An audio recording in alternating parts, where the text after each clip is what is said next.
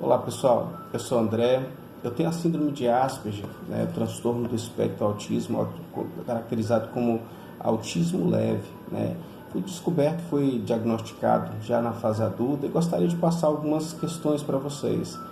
Assim como os neurotípicos, as pessoas que estão fora do espectro do autismo têm características específicas, são todas diferentes umas das outras. Umas pessoas são loiras, outras têm cabelos pretos, outros são morenos, negros, amarelos, brancos, na cor da pele, na forma de se comportar, no temperamento. Uns são fleumáticos, outros são sanguíneos, outros são coléricos, outros são... cada um tem sua característica pessoal. Assim também são os Asperger, são pessoas que cada um tem sua distinção e nem todos podem ser enquadrados dentro de uma mesma característica. Podemos ter várias características em comum entre nós, Asperger, mas também podemos ter muitas diferenças entre nós. Alguns de nós não conseguem olhar no olho, alguns de nós têm dificuldade de relacionamentos mínimos com pessoas, outros têm dificuldade de falar em público, que foi o meu caso. Passei boa parte da vida lutando contra a dificuldade de desenvolver oratória, algo que eu acabei desenvolvendo com o tempo, mediante muito esforço, muita observação, e uma chave que virou quando eu fiz a minha pós-graduação. Depois eu conto isso com mais detalhes, mas em outro momento, em outra oportunidade. O que eu queria dizer para vocês é que algumas características do transtorno do espectro autista é que a gente, apesar de conseguir se relacionar sendo autista leve, Asperger, a gente consegue se relacionar com as pessoas, somos autistas verbais, temos facilidade de comunicação até. Só que o problema é que depois desses momentos de relacionamento social, nós temos o desgaste emocional e muitas das vezes vamos entrar em estado de hiperfoco e vamos entrar no nosso mundo pessoal para tentar recuperar aquele tempo que nós passamos com as pessoas. Não é que a gente sai do ambiente social e fica imaginando, ai meu Deus, eu estou desgastado, eu falei com pessoas. Não. É algo maior, é algo mais forte, mais interior, é algo que não tem nome dentro da gente, não tem como nomear.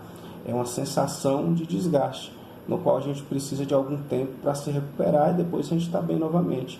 Normalmente a gente parte para o hiperfoco, que é o foco excessivo em um determinado assunto de interesse. Cada Asperger tem o seu hiperfoco, ou tem os seus hiperfocos, que ele foge para aquele lugar de hiperfoco para se recuperar, para se reconstituir, se recompor. E no meu caso também é assim. Temos as estereotipias, alguns batem os dedos, outros têm alguns tiques, cada um tem sua mania. Cada um tem sua forma de extravasar o seu desgaste emocional. E não é só com relação ao convívio social que a gente tem desgaste emocional. Também temos desgaste emocional em relação a barulho, a luzes fortes, a mudanças repentinas de objetos, de lugares, objetos que nos chamam a atenção, movimentação aleatória. Muitas coisas vão chamar a atenção de um autista. Eu sou autista e também já fui empresário, já fui vendedor. O médico que me diagnosticou até achou estranho, porque ele falou assim, é a primeira vez que eu consigo diagnosticar um autista e com a síndrome de Asperger, e que ele já foi um vendedor e consegue também ser um pastor, porque eu também sou pastor. E aí, como que consegue? Eu acabei desenvolvendo porque eu tive alguns fatores que eu conto até no meu livro, Meu Mundo à Parte, Asperger, volume 1 e 2, algumas coisas que aconteceram na minha infância que favoreceram o meu desenvolvimento quase como que um neurotípico. Eu venci muitas das limitações da síndrome de Asperger de forma aleatória, sem consciência, de forma inconsciente. Eu não tinha consciência de que eu tinha a síndrome. Eu tinha sensações que eu achava que todo mundo tinha. Eu vejo o mundo de uma forma que eu achava que todo mundo vê da mesma forma. Eu sou bastante sinestésico, bastante visual também. Então eu consigo sentir cheiro de sons, ouvir formas geométricas. São coisas que só um autista consegue sentir. A gente tem essas questões.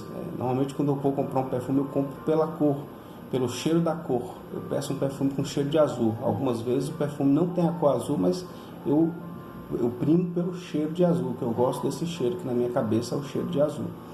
Então, Essas são algumas das estranhezas da síndrome de Asperger, né? Uma questão que eu tive facilidade, que me ajudou na minha infância, foi o fato de eu andar a cavalo muito na fazenda da minha tia, do meu tio. Então, eu passei a maior parte da infância nas minhas férias, finais de semana, indo para a fazenda para andar de cavalo. E o convívio com os animais da fazenda acabaram que me ajudaram muito no desenvolvimento, né? Hoje eu passo como uma pessoa perfeitamente comum no meio dos neurotípicos, né? Só quem conhece, quem sabe das minhas dificuldades íntimas, né, no dia a dia dentro da minha casa, que pode dizer que realmente eu tenho a síndrome de Asperger e sou autista. E o meu médico e também a psicóloga que me acompanha. Agora, a questão é: quantos de nós vivem hoje sem saber que são portadores da síndrome? Tem suas estranhezas pessoais, tem suas dificuldades e estão convivendo com a síndrome dessa mesma forma e acabaram vencendo algumas dessas barreiras, né, e levando para a sua vida como se fosse levando a sua vida de forma bem normal, bem corriqueira.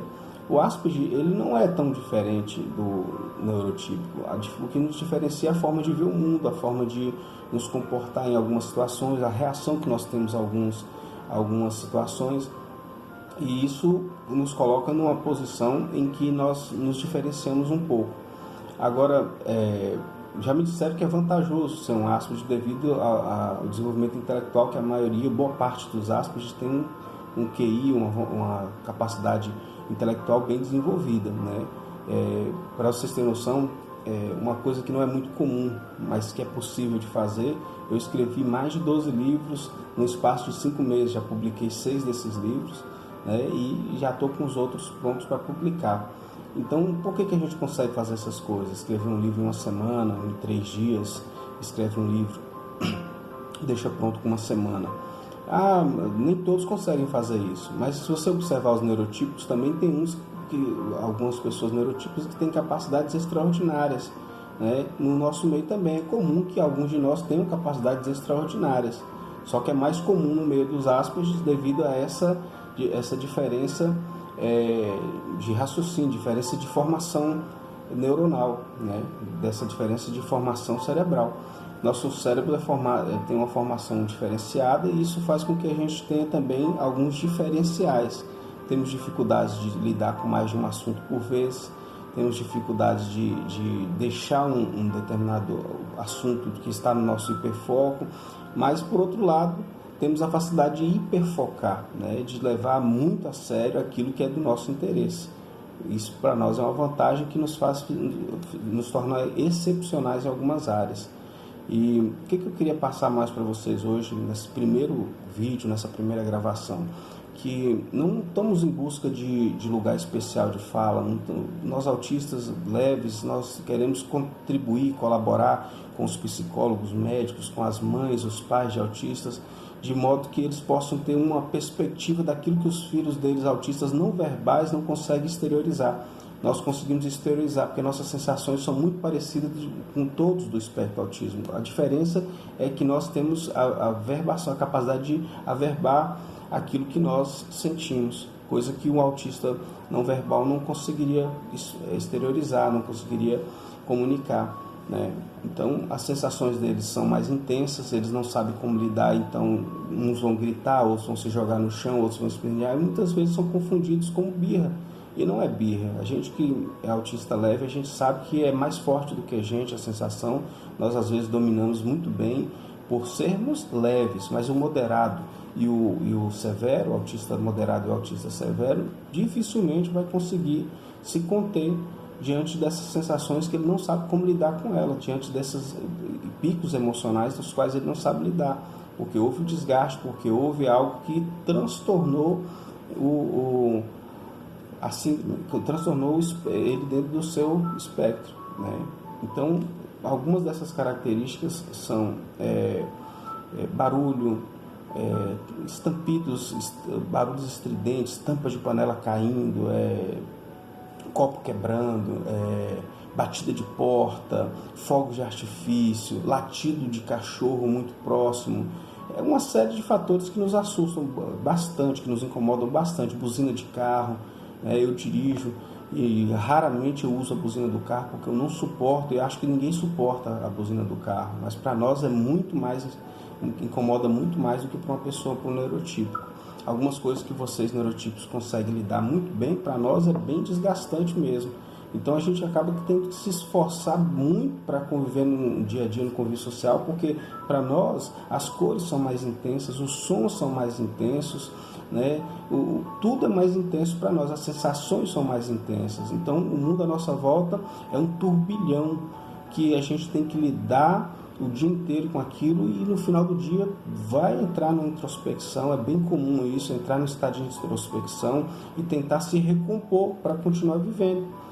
Muitas vezes somos tidos como pessoas insociáveis, como pessoas que não têm empatia. Na verdade nós temos empatia sim, nós só não temos a facilidade de demonstrar essa empatia. Raramente a gente vai demonstrar como um neurotípico demonstra. Nós não somos tão emocionais como os neurotípicos, nós somos mais contidos nas nossas afeições, nas nossas demonstrações emocionais, a não ser quando somos tirados do controle devido a um grande estresse, uma grande exposição ao estresse no sentido do transtorno. Então era isso que eu queria compartilhar hoje com vocês, esse breve vídeo. Eu vou procurar gravar vídeos mais continuamente com assuntos pertinentes. Podem enviar perguntas sobre alguns assuntos que são interessantes, que vocês tenham dúvida a respeito. Eu estou explanando de uma forma bem aberta, assim, bem geral, não estou especificando muito nenhum assunto ainda, porque ainda não tive o respaldo de vocês, o feedback de vocês a respeito do assunto que mais vocês gostariam de saber. Então, dentro do transtorno, não sou especialista, não tenho formação na área, eu estou falando do meu lugar de fala, da visão, da ótica de alguém que tem o transtorno do espectro autista, que é um autista leve, que tem a síndrome de Asperger e que de alguma forma possa ajudar vocês. Também tenho estudado sobre o assunto de forma independente, posso me chamar assim de um estudioso do assunto de forma independente, e posso contribuir com vocês, esclarecendo algumas dúvidas que vocês possam colocar aqui para mim. Então, pode me perguntar aí no WhatsApp, eu vou colocar nos grupos para que vocês possam tirar suas dúvidas que mais tem permeado o dia a dia de vocês com seus filhos, ou se você é um autista leve, ou se você é um autista verbal e gostaria de tirar algumas dúvidas a respeito, você também foi diagnosticado na fase adulta, eu estou à disposição de vocês. Até então, eu vou tentar gravar vídeos mais continuadamente a respeito desse assunto e vou passar para vocês o máximo de conteúdo possível nessas áreas. Então, me mandem os temas específicos que gostariam de saber para que eu possa estar esclarecendo para vocês. No mais, um forte abraço a todos e até o próximo vídeo.